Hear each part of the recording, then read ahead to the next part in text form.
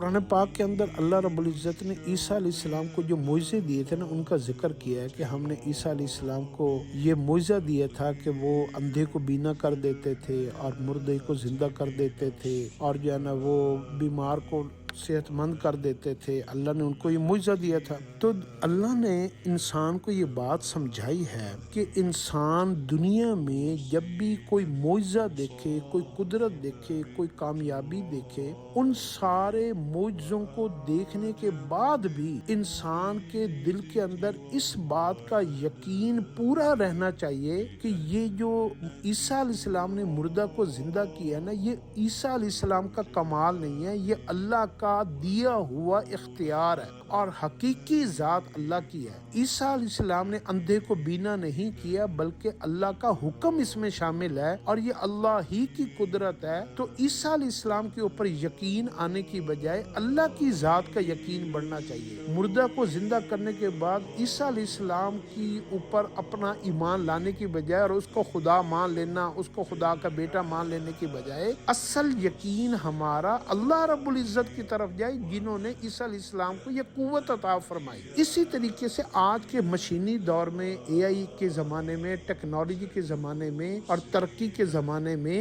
جب انسان ترقی کرتا ہے نا اور وہ مشینوں کا دور آ گیا اور موبائل اور ٹیکنالوجی کا دور آ گیا اور آٹومیشن کا دور آ گیا، ہمارا یقین اس ساری چیزوں کو دیکھنے کے بعد اگر بھٹک نہیں رہا نا اور ہم جو ہے نا گمراہ نہیں ہو رہے، ہمارا یقین یہ ہونا چاہیے ان چیزوں کو دیکھنے کے بعد کہ یہ چیزیں اپنا اختیار نہیں رکھتی، ان ساری چیزوں کے پیچھے اللہ کا حکم کامل شامل حال ہے۔ تو یہ ساری چیزیں جو لوگ بنا رہے ہیں سائنسدان، ان کو دماغ کس نے دیا؟ اللہ رب العزت نے۔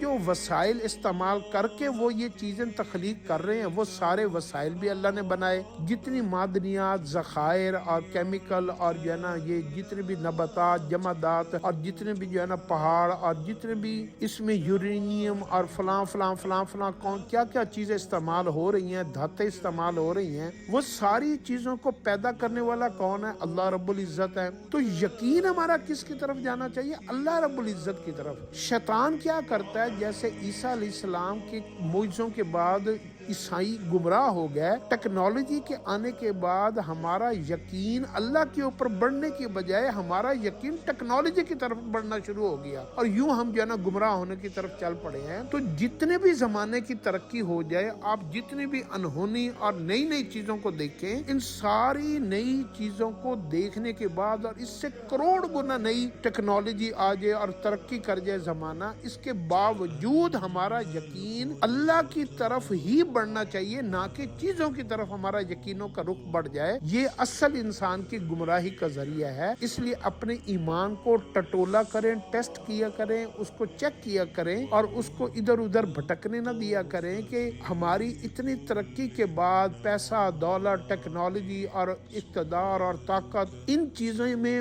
اضافہ ہو جائے، کمی ہو جائے۔ ان چیزوں کو دیکھ کر ہم جو ہے نا اپنے یقین کو ڈگمگانے نہ دیں۔ تو جو بندہ چیزوں کو دیکھنے کے بعد اپنے ان چیزوں کے خالق کو بھول جاتا ہے نا، یہ حقیقی میں گمراہی ہے اور یہ ناکامی ہے۔ تو اس لیے اپنے ایمان کی طرف دھیان دیا کریں اور گمراہ ہونے سے بچا کریں۔ اپنے یقین کو چیزوں کی طرف لے کر جانے کے بجائے ان ساری چیزوں کی ترقی اور کامیابیوں کو دیکھنے کے بعد ہمارا یقین اللہ کی طرف اور زیادہ بڑھ جانا چاہیے اور یوں ہم اللہ کے اور قریب ہو جائیں۔